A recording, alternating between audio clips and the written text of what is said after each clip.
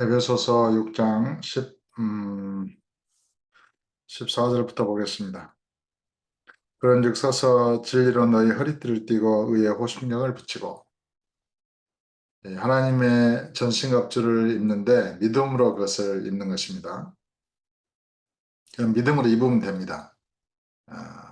왜냐하면 주께서 그 모든 것을 이렇게 허락하셨기 때문입니다. 먼저는 서서 진리로 너희 허리띠를 띠라. 그러니까 우리가 하나님의 전신갑주를 입으려면 이 진리에 대한 확신이 있어야 됩니다. 이 진리에 대해서 이 허리띠가 풀려지면 모든 무장은 해제되는 것이죠. 진리로 서서 진리로 너희 허리띠를 띠고, 모든 힘은 그런 이 허리에서 나오는 거잖아요. 힘의 근원이. 만약에 싸우는 사람이 이게 배가 고프다든가 뭐 허리를 다쳤다든가 그러면은 그냥 뭐 백전백패하는 것이죠. 진리로 허리띠를 띠는 것입니다. 이것은 기록된 하나님의 말씀, 기록된 성경에 대해서 성령 안에서 그 진리의 말씀을 온전히 믿어야 하는 것입니다. 예를 들어서 예수 하나님이 죽었다는 것을 모른다, 부인한다. 그럼 뭐 그런 진리의 허리띠는 썩어져서 싸울 수 없는 것이죠. 또 율법에 대한 죽음의 진리를 모른다. 그걸 부인한다. 그럼 뭐 백전백패하는 것이죠. 마귀와 싸워 이길 수가 없는 것입니다. 진리로 허리띠를 띠고 의의 호심경을 붙이고, 이런 믿음으로 말미암아 하나님으로부터 의롭다함을 입는 것입니다. 그러니까 내 의가 아니라 의의 호심경을 내게 붙이는 거예요. 믿음으로 붙이는 거예요. 믿음으로 얻는 거예요. 이것은 그리스도의 의를 믿음으로 말미암아 내 것으로 취하는 것입니다. 예수를 믿음으로 하나님께서 나의 모든 죄를 씻으시고 용서하시고 나를 의롭게 하셨다라고 하는 그 믿음을 말하는 것입니다. 믿음으로 의의 호신경을 붙이고 평안의 복음이 존귀한 것으로 신을 신고, 우리가 어떤 길을 갈 때는 이게 신발이 중요하잖아요. 진흙탕길이나 가시밭길이나 자갈길을 어떻게 맨발로 갈 수 있겠어요?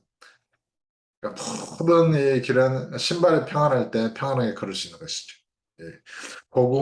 평안의 복음이 준비한 것으로 신을 신는다.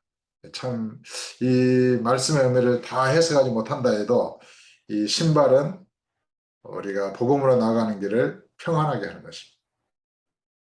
평탄하게 하는 것입니다. 모든 가시밭길을 견디고 건너게 하는 것입니다. 불 속이라도 물이라도 그를 건널 수 있게 하는 게 신발이에요. 꼭 신발을 우리가 신는 신발만 말하는 건 아니죠. 비행기를 타면 대양을 건널 수 있고, 이것도 비행기도 신발이에요. 자동차를 타면 먼 거리를 도로를 달릴 수 있고, 배를 타면 또 바다 위를 건널 수 있는 것이죠. 이 모든 것들이 신발이에요. 그러니까 평안의 복음이 준비한 것으로 신을 신고, 평안의 복음이 준비했다는 것입니다. 저와 여러분이 복음으로 나가고자 할 때 그 복음이 저와 여러분을 이렇게 안내하고 인도하고 또 신발을 준비해 주는 것입니다.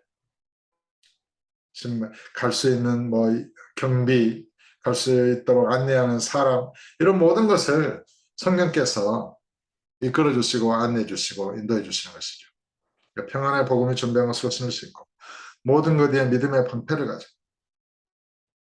이게 마귀와 싸우려면 마귀가 때로는 불화살로 공격을 할 수가 있어요. 그거를 내가 믿음의 방패가 없으면은 그냥 심장에 맞는 거예요. 심장이나 몸에 적의 불화살을 맞으면 어떻게 해요? 아프지요. 고통당하지요. 쓰러지죠. 어떤 사람들은 상대방이 하는 거짓말이나 이간질이나 어떤 그런 악한 말을 옮길 때 그냥 그대로 그 불화살을 맞는 경우가 많아요.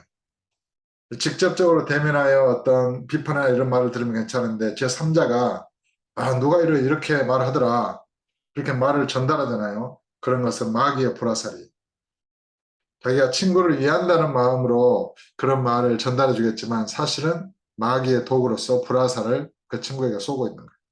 그러면 어떻게 됩니까? 그 친구하고 그 사람은 완전히 마귀의 밥이 되는 것입니다. 서로 원수가 되는 것이죠. 서로 싸우겠죠. 서로 미워하겠죠.